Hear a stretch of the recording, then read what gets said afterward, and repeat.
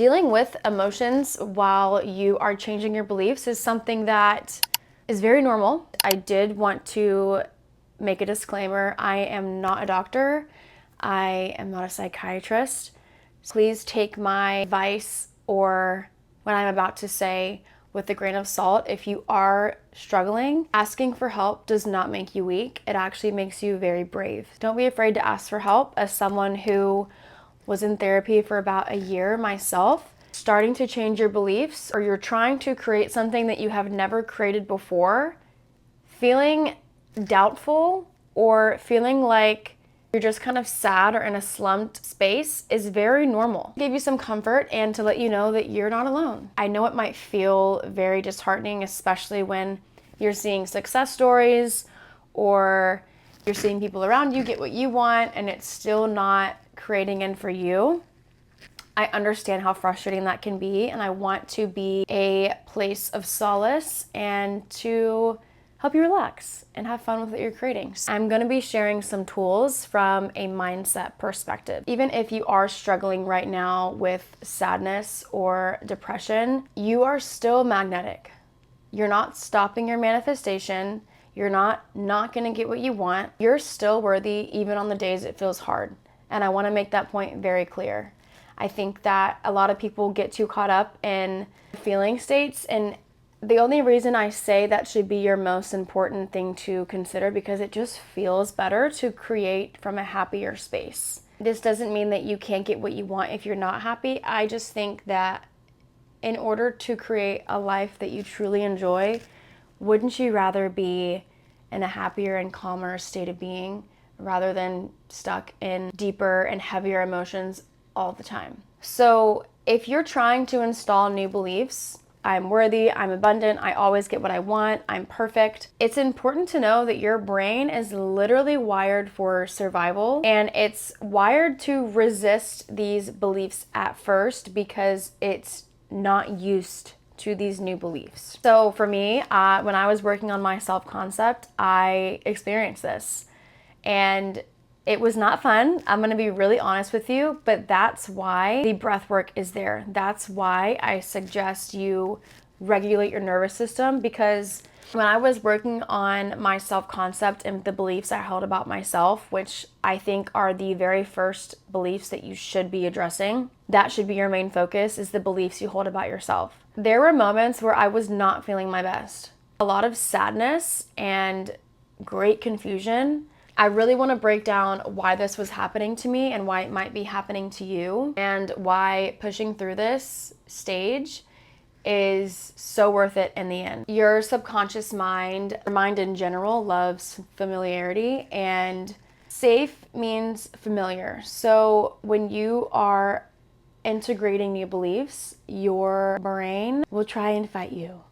And I'm not going to say this as a limiting belief because I don't want you to go in the scope of every new belief my brain's gonna fight myself on it, but if you've had a ton of negative experiences, I think that this is something that you should just be aware of. Even the familiar beliefs that you have that might be holding you back. I'm not good enough, or fear of success, or life is hard, I can't get what I want. When you introduce a new belief, your brain literally feels like it's under attack or threat. When your brain is under stress or threat, or it thinks it's under attack with these new beliefs, it reacts with discomfort. So it reacts with sadness, it reacts with procrastination, it reacts with fear, doubt, worry, even depression. The reason being, it thinks you're moving into unsafe territory. And I know this sounds crazy, but the 2 weeks that I was adjusting the beliefs I held about myself, and it might be shorter for you,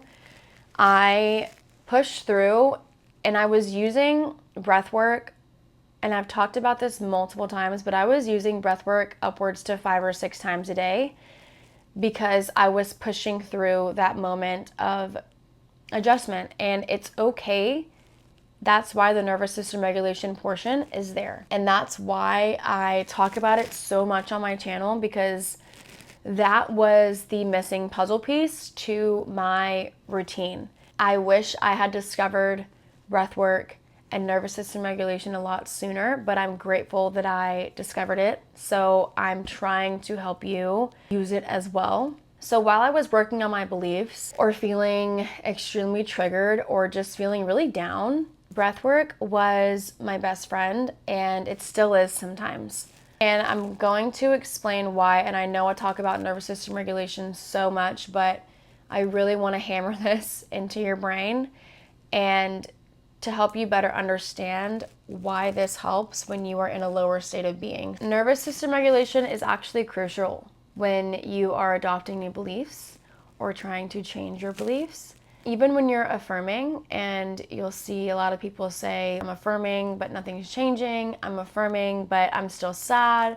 They're missing the piece of nervous system regulation. And because your brain and your nervous system is wired for safety and not immediate change. Your nervous system's job is to literally tell your body and your brain when you are in danger. A new belief system, even a positive one, I always get what I want, or I'm lovable, I deserve a good life, I deserve an easy life, can feel unsafe to your nervous system because it's unfamiliar. This can trigger anxiety, resistance, or even a literal shutdown. So if you've heard of the freeze stage, this is where you'll see a lot of procrastination or giving up or feeling like manifestation is not real. Cognitive dissonance is another point to this that I want to really address, and this is the trippiest part about the brain and the subconscious mind itself. When you start believing something new, it often clashes with your old beliefs. So your beliefs are creating your automatic thoughts, assumptions, and behaviors. And on top of that, your emotions. That clash, the old beliefs with the new beliefs, literally creates internal tension, which can feel very physically and emotionally uncomfortable. And regulating your nervous system helps you tolerate that discomfort without running back to old patterning or old programming. Integration. So true, like I was saying earlier, your beliefs create your automatic thoughts, assumptions, behaviors, emotions. True belief change doesn't just happen at a mental level. It doesn't just happen in your brain. It happens at an emotional and a physical level as well. Regulation, like I said, breath work, grounding exercises, meditation, or somatic therapy even, it helps your body catch up to your mind, allowing the new belief to settle into your being rather than just staying a thought. Shifting belief systems often creates external changes as well. So people questioning you, old habits resurfacing. A regulated nervous system helps you stay in alignment with this new identity and really keeps that identity rooted in self-love and being confident in what you're creating. And this is why pushing through that allows you to not get so knocked over or defeated by circumstances or feeling like it's not working. If you are dealing with sadness and unwanted emotions that you really don't want, it's normal. You're a human being. It doesn't mean you're failing. It doesn't mean you're doing anything wrong. It might just mean that you need to add a little bit more nervous system regulation in there. It means you're rewiring your brain, and that takes some work. So you got to be willing to face these moments head on and to not give up on yourself. And I'm speaking from experience.